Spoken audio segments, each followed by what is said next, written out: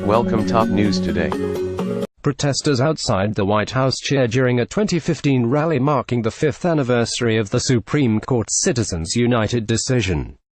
Drew AngererGetty Images More than 3.2 million Americans contributed to federal candidates in the 2016 elections, but fewer than 16,000 of them provided half the donations, a sign of the increasing concentration of donor activity in the United States, according to a new report. The analysis released Friday by the Bipartisan Policy Center mapped the growing influence of rich political contributors and independent political groups in the 7 years since federal court decisions unleashed a new era of big money spending. Super PACs spent $1.1 billion in the 2016 elections, nearly 17 times more than such independent political committees put into federal races in 2010, the first year they came into existence, the report found. The system has completely transformed, said Robert Bauer, a Democratic election law attorney who authored the report with GOP campaign finance lawyer Benjamin Ginsberg and Stanford Law School professor Nathaniel Persily. Together, they outlined the findings of a panel of 16 political scientists on the legal, political and technological shifts in the role of money on federal campaigns in the past 15 years. The research was primarily funded by the William and Flora Hewlett Foundation and the Democracy Fund.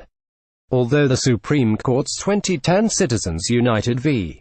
Federal Election Commission decision was expected to unleash a wave of independent corporate political spending, companies have largely held back from such activity, they wrote.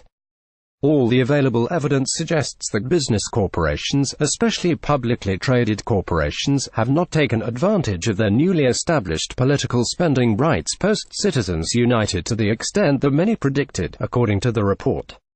In 2012, corporations spent about $75 million from the treasuries on federal elections, roughly 1% of the overall spending that cycle, according to the report.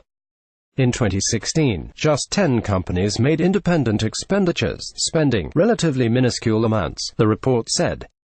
The reason, researchers wrote, may be that corporations are finding that lobbying on public policy is a more efficient use of the money than taking public political stances that may anger shareholders or customers. Unions have taken greater advantage of the new latitude they have under the Citizens United decision, giving more to super PACs in the past 2 election cycles than business corporations and trade groups.